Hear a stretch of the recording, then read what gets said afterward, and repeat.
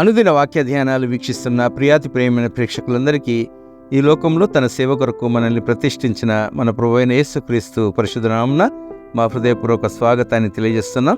అపోస్తుడైన పేతురు రాసిన మొదటి పత్రిక నుండి మన ప్రియ సంఘ సభ్యులు శ్రీమతి ముల్కీ డారతి మధుకర్ గారు అందిస్తున్న దైవ ధ్యానాలను గత 3 రోజులుగా మనం వింటున్నాం. ఈరోజు 4వ అధ్యాయంలోని ప్రధాన అంశం సర్వింగ్ ఫర్ గాడ్స్ గ్లోరీ, దేవుని మహిమ కొరకు సేవ చేయుట అనే అంశంపై సందేశాన్ని విందాం.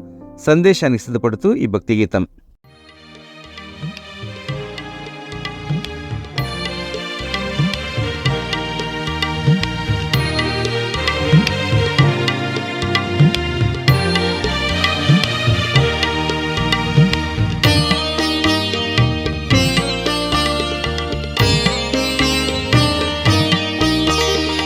జీవితాంతము వరకు నీకే సేవ సల్పుదునంటిని,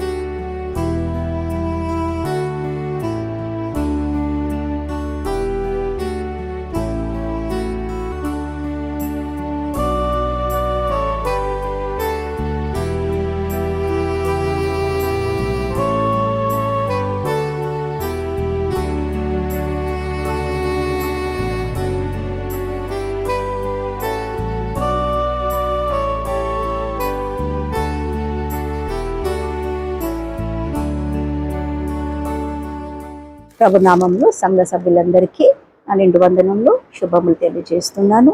ఈ రోజుకి ఉదయకాల ధ్యానంగా మనము పేతురు రాసిన మొదటి పత్రిక మనం చూసుకుందాము. First episode of Peter chapter 4, 4వ అధ్యాయాన్ని మనం ధ్యానించుకుందాము. సర్వింగ్ ఫర్ గాడ్స్ గ్లోరీ, దేవుని మహిమ కోసము సేవ చేయడం. దేవుని మహిమ కోసమే మనం ఈ లోకానికి వచ్చాము. దేవుని మహిమ కోసమే జీవించాలి. ఎలా జీవించాలనేది మనము ఈ అధ్యాయంలో ధ్యానించుకుందాము. అంతకుముందు చిన్న ప్రార్థన చేస్తాము. మహిమ గల కృపగల దేవ, మీకు స్తోత్రం చెల్లిస్తున్నాం తండ్రి. ఈ 4వ అధ్యాయాన్ని మేము ధ్యానించుకున్నప్పుడు మీరు మాతో మాట్లాడమని వేడుకుంటున్నాం తండ్రి. అవును ప్రభా, ఈ వాక్యం ద్వారా ప్రభా మీరు మాతో ఏం మాట్లాడుతున్నారో, మాకు ఏమి బోధిస్తున్నారో తండ్రి, అది మీ చిత్త ప్రకారం జరుగునుగా కానీ ప్రార్థిస్తున్నాం. మీ మాట నా నోట్లో పెట్టుకుని వేడుకుంటున్నాం. మీ ఆత్మతో నింపమని వేడుకుంటున్నాం. నా ప్రక్కన మీరు ఉండమని వేడుకుంటున్నాము తండ్రి. మీరు లేని మేమేమీ కూడా చెయ్యలేము. ఈ లోకంలో కూడా మేము జీవించలేమయ్యా. మీ లోకంలో మేము సువార్త కూడా ప్రకటించలేమయ్యా. కాబట్టి నీ యొక్క ఎల్లప్పుడూ మీ తోడు నీడ నీ ఆత్మతో మమ్మల్ని బలపరిచి మాతో ఉండమని క్రీస్తు పేరట వేడుకుంటున్నాము తండ్రి. ఆమెన్. దేవుని మహిమ కోసం సేవ చేయడము. మనకి దేవుడు పంపించిందే ఈ లోకానికి సేవ చేయడం. మనం ఎందుకు పుట్టాము ఈ లోకంలో అని అంటే, దేవుడు మనం ఐజాయా చాప్టర్లో మనం చూస్తే దేవుడు మనము పుట్టక ముందే ఆయన మనల్ని ఎరిగి ఉన్నాడు. మన పుట్టక ముందే అన్ని రాసి ఉన్నాడు. అన్ని మంచి చెడు గురించి కూడా మన గురించి రాసి ఉన్నాడు. ఇంకేంటిదంటే పుట్టగానే మనము దేవుడు మనల్ని ప్రాఫిట్గా ఎంచాడనమాట. We are profits. బట్ కానీ ఈ లోకంలో ఎప్పుడైతే మనం వచ్చామో, మనం ప్రాఫిట్గా ఉండకుండా మెల్లమెల్లగా మనము ఈ లోకానుసారంగా జీవించి మనము దారి తప్పుతున్నామని మన సెల్ఫ్ని మనం పరీక్షించుకుంటే మనకి తెలుస్తుంది అనమాట. కానీ ఇప్పుడు ఈ చివరి దినాల్లో మనం చూస్తే అనేక ప్రాఫిట్స్ ఈ లోకంలో వచ్చారు.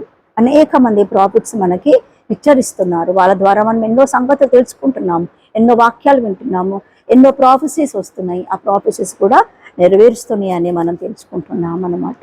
కాబట్టి ఇప్పుడు ఈ 4వ అధ్యాయం ధ్యానించుకుందామన్నప్పుడు మనము దేవునికి క్రీస్తు శరీరమందు ఎట్లయితే శ్రమ పడేనో ఈ లోకంలో మనం కూడా దేవుడు అలానే శ్రమ పడాలి అని మనకు పేతురు కూడా హెచ్చరిస్తున్నాను అనమాట.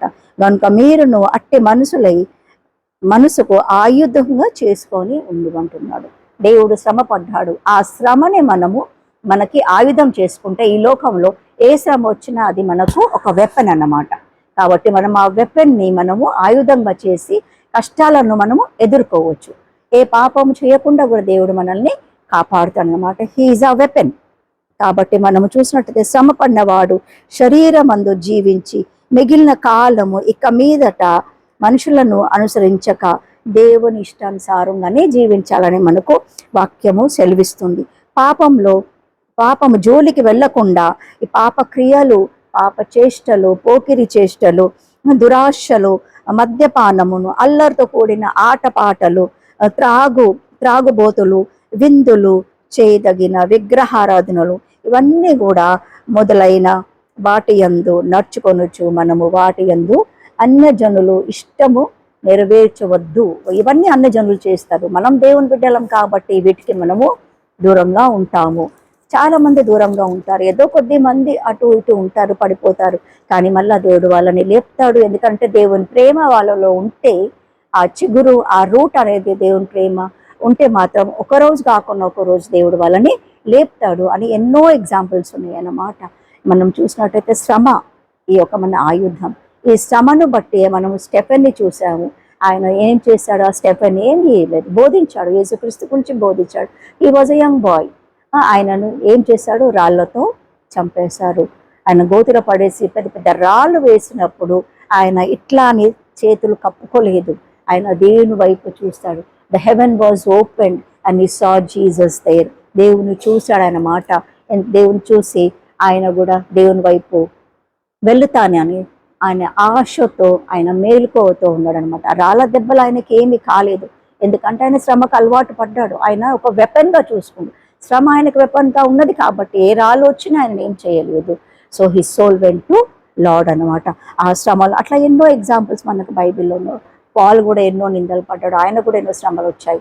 ఆయన కూడా ఒక ఆయుధం ఏది తీసుకున్నా అంటే యేసయ్య ఆయుధంను, శ్రమ ఆయుధంను తీసుకున్నాడు అనమాట. మనం చూసినట్టయితే అన్నిటినీ అంతము, మనం ఇప్పుడు అంతము చాలా సమీపంగా ఉంది. ఈ అంతం సమీపంగా ఉంది కాబట్టి మనము ఎలా ఉండాలి అనేది మనకు దేవుడి హెచ్చరిక ఉంది. దేవుడు ఎప్పుడైతే మనకి హెచ్చించి వెళ్ళిపోయాడో అవన్నీ కూడా పేతురు మళ్ళా మనకు రిమైండ్ చేస్తున్నాడు. ఏంటిదంటే అది మనం ప్రేమతో మనము గెలవచ్చు అని. ప్రేమ అనేక పాపములను కప్పును గనుక అన్నిటికంటే ముఖ్యంగా ఒకని ఎడల ఒకడు మిక్కటమైన ప్రేమ గలవారై ఉండుడి అని సెలవిస్తూ ఉంటాం. మనం సనగకుండా గుండకుండా ఒకనికి ఒకడు అతిథ్యము చేయుడి, దేవుని నివాసం నానా విధమైన కృపా విషయమై మంచి గృహ నిర్వాహకులై ఉండుడి, ఒకరికొకరు ప్రేమించుడి, ఒకరు ఉపచారం చేయుడు, ఒకరు తప్పు చేస్తే ఇంకొకరు ఉపచారం చేయండి, వాళ్ళకి నీతి బోధలు చెప్పండి, అలా చేయకూడదని చెప్పండి, వాళ్ళు వింటారు, వాళ్ళ కోసం, వినకపోతే వాళ్ళ కోసం ప్రార్థన చేయండి. అది మనము ఉపవాసం ఉండండి. మనకు దేవుడు ఇచ్చిన ఈ యొక్క ఆయుధం అన్నమాట.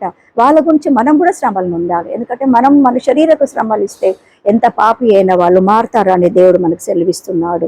ప్రియులారా, మిమ్మల్ని శోధించుటకు మీకు కలుగు చిన్న చిన్న అగ్ని వంటి మహాశ్రమను గూర్చి మీ ఏదో యొక్క వింత సంభవించినప్పుడు మీరు ఆశ్చర్యపడకుడి.